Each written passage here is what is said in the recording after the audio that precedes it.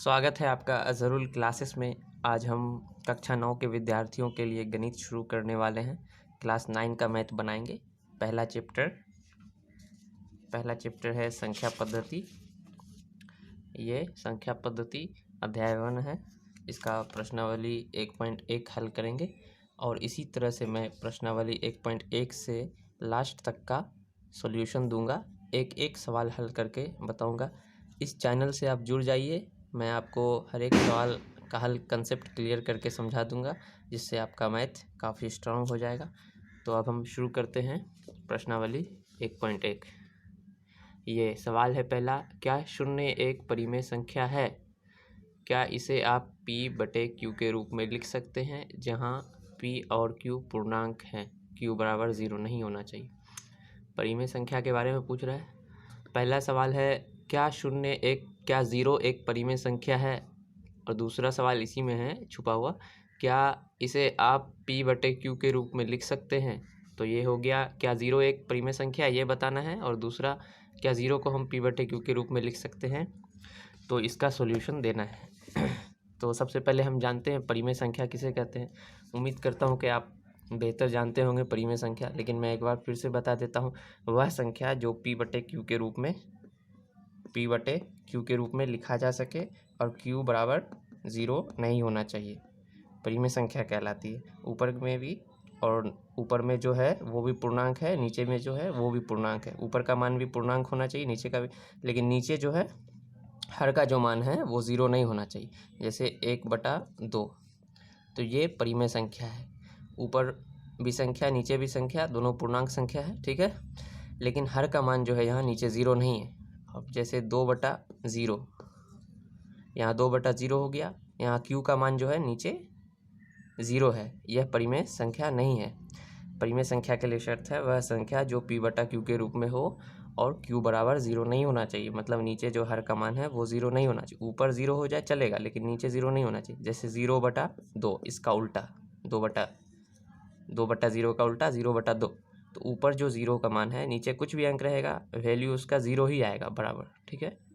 वो बराबर होके 0 ही आएगा। जैसे 0/5 कुछ भी बराबर 0 ही होगा, और 0 बराबर 0/5 भी लिख सकते हैं। तो हर का मान यहाँ क्या है, नीचे 0 नहीं है, तो यह परिमेय संख्या है। और p और q पूर्णांक, दो सवाल इसमें पूछ रहा है। क्या 0 एक परिमेय संख्या है? तो 0 एक परिमेय संख्या है, हम इसका जवाब हाँ लिख सकते हैं। दूसरा है इसमें ही, क्या इसे p/q के रूप में लिखा जा सकता है ना। क्या इसे p/q के रूप में लिखा जा सकता है, जहाँ p और q पूर्णांक है। तो यहाँ जो है p ये हो गया, q ये हो गया, तो p और q पूर्णांक के बारे में बोल रहा है। तो 0 भी एक पूर्णांक संख्या है, ठीक है।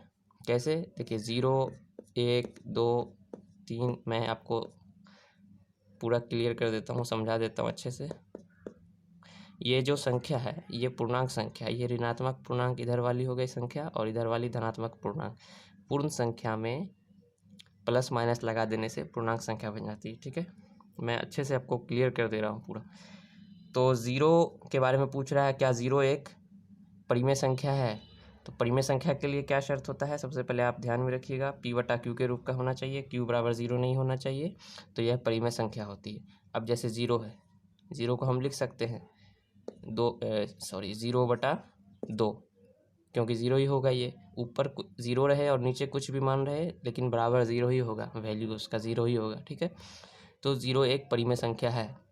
दूसरा है इसमें, क्या हम इसे p/q के रूप में लिख सकते हैं? तो हाँ, इसे p/q के रूप में लिखा जा सकता है। आप इस तरह से कॉपी पे लिखिएगा। देखिए मैं बता दे रहा हूँ कॉपी पे आप किस तरह से बनाइएगा। क्वेश्चन नंबर ऐसे लिखना है एक, और आंसर लिखना है यहाँ ऐसे। पहला सवाल था, क्या 0 एक परिमेय संख्या है? तो इसमें लिखना है हाँ। ये देखिए, हाँ 0 एक परिमेय संख्या है। आपको कॉपी पे बस इस तरह से लिखना है, क्वेश्चन नंबर 1 लिख के ऊपर में उसका आंसर इस तरह से देना है आपको। मैं यहाँ पे जो रफ किया हूँ, इतना सारा रफ वर्क किया हूँ, ये आपको समझाने के लिए किया हूँ। आपको बस कॉपी पे ये लिखना है, हाँ 0 एक परिमेय संख्या है। उसके नीचे हाँ 0 को p/q के रूप में लिखा जा सकता है, यही इसका आंसर है। ये ऑब्जेक्टिव क्वेश्चन होता है 1 से 2 नंबर तक का। और आप यहाँ पे जो उदाहरण के लिए 1-2 संख्या दे सकते हैं। यहाँ पे जो बोल रहा है, क्या 0 को p/q के रूप में लिखा जा सकता है, तो आप 0 बराबर 1/1 फिर ज़ीरो बराबर 0/1, 0/0/2 या 0/0/3 आदि, इस तरह से आप लिख सकते हैं।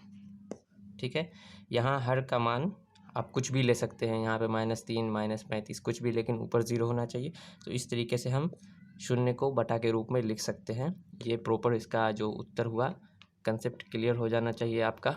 मैं अच्छे तरीके से बता दिया हूँ। ये था क्वेश्चन नंबर 1 का सॉल्यूशन। मैं एक बार आपको फिर से बता देता हूँ, आपको टिप्स दे देता हूँ।